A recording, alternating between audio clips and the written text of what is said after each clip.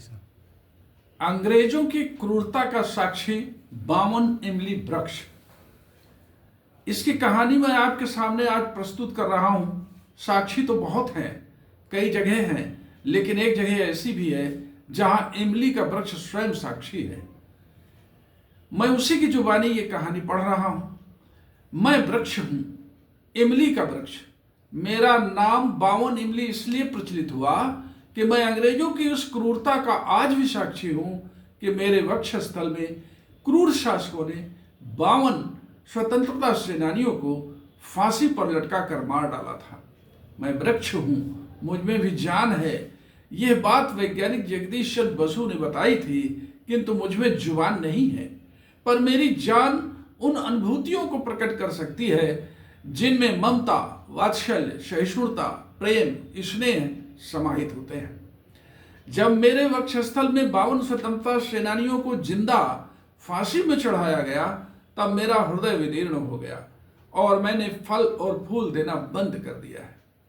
और जिंदा रहकर भी मैं मृत हूं, किंतु जिंदा इसलिए हूं कि मैं आपको अंग्रेजों की इस क्रूरता का परिचय करा सकूं, जो 28 अप्रैल 1858 को ब्रिटिश सेना के द्वारा मेरी दृष्टि में कारित किया गया। वे छापामार सेनानी थे, क्रांतिवीर, क्रांतिकारी वीर थे। उनमें जुनून था।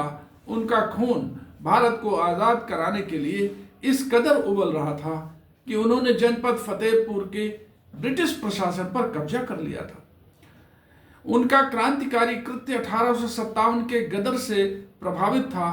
उनके द्वारा महारानी लक्ष्मीबाई और मंगल पांडे जैसे स्वतंत्रता सेनानियों के बुगुल को आत्मसात किया गया और मेरे क्षेत्र के इर्द गिर्द स्थित गांव में गुरिल्ला सेना या छापामार सेना के रूप में एक संगठन को जन्म दिया गया, जिसके नायक थे ठाकुर जोधा सिंह। उनको उनके गांव के नाम से जोधा सिंह अटैया के नाम से जाना जाता है। वो क्षत्रिय कुल में जन्मे थे और अटैया गांव में रहने वाले थे। वो रसूलपुर गांव के पास देवमई ब्लॉक के पास स्थित है। उस नायक का नाम सम्मान के साथ आज भी फतेहपुर जनपद में लिया जाता है। उनके नाम से फतेहपुर जनपद में एक मेडिकल कॉलेज भी खोला गया है। मेरे नायक जोधा सिंह ने गांव महमूदपुर में एक अंग्रेज इंस्पेक्टर को जिंदा जलाकर स्वाधीनता की ज्वाला में अपने जुनून को प्रकट किया था। इस नायक ने जहानाबाद में सरकारी खजाने को लूट लिया था। इस नायक ने अपने साथियों के साथ रानीपुर की पुलिस चौकी को नष्ट किया था। ये सब के सब कुल 52 गुरिल्ला योद्धा थे जिन्होंने अंग्रेजों की नाक में दम कर दिया था।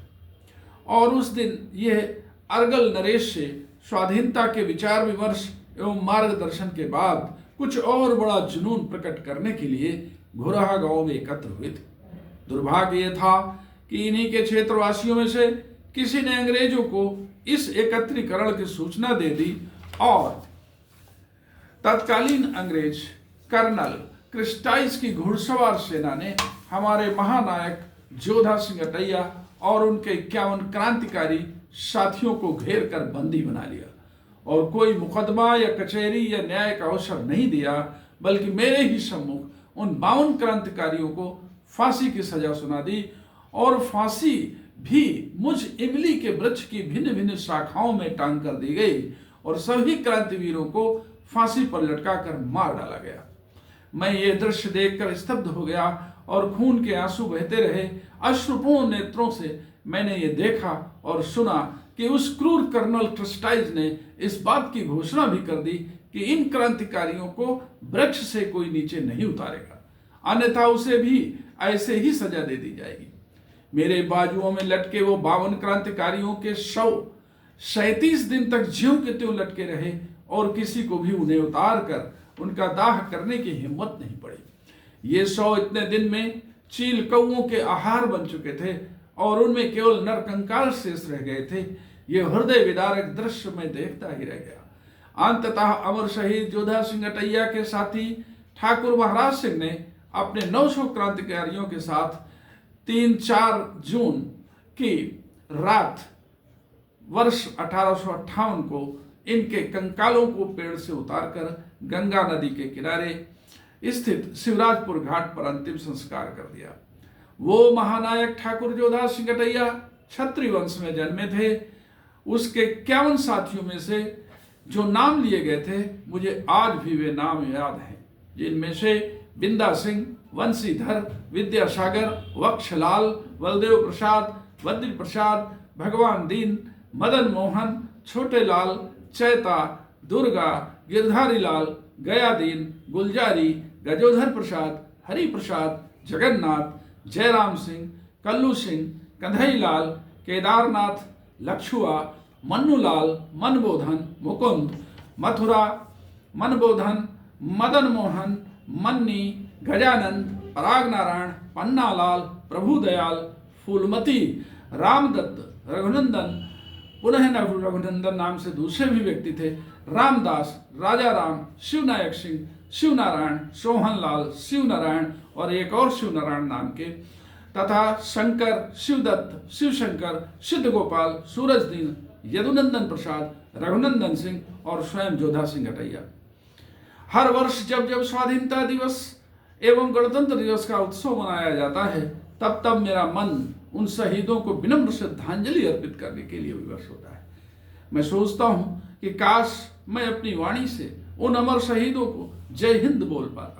मैं उन सभी अमर शहीदों के वंशजों को आज भी नमन करता हूं, जिनके परिवार से आजादी के उन दीवानों ने स्वाधीनता का बिगुल बजाया था। आप जानना चाहेंगे कि वृक्ष रूप में मैं कहाँ स्थित हूँ और किस स्थिति में हूँ। इसके लिए मैं उत्तर प्रदेश के फतेहपुर जनपद के बिंदकी थाना क्षेत्र अंतर्गत स्थित वन विभाग का शुक्रगुजार हूँ, जिनकी देखरेख में मेरा प्रांगण शहीद स्मारक के रूप में खजुआ गांव में विकसित किया गया है। मैं जानता हूँ कि स्वाधीनता की ज्वाला में ऐसे असंख्य शूरवीर बलिदान हो गए, किंतु इतनी क्रूरता से शहीदों का बलिदान या तो मेरे वक्षस्थल में हुआ या फिर जलियांवाला बाग में हुआ। मैं उन अमर शहीदों को ये संदेश कैसे भेजूं कि हे बलिदानियों, तुम्हारी बलिदानी व्यर्थ नहीं गई। भारत स्वाधीन हो गया है। तुम सबकी याद में मेरे प्रांगण में राष्ट्रीय पर्वों में तिरंगा फहराया जाता है और मुझे तुम सब के बलिदानों का साक्षी बनाया जाता है।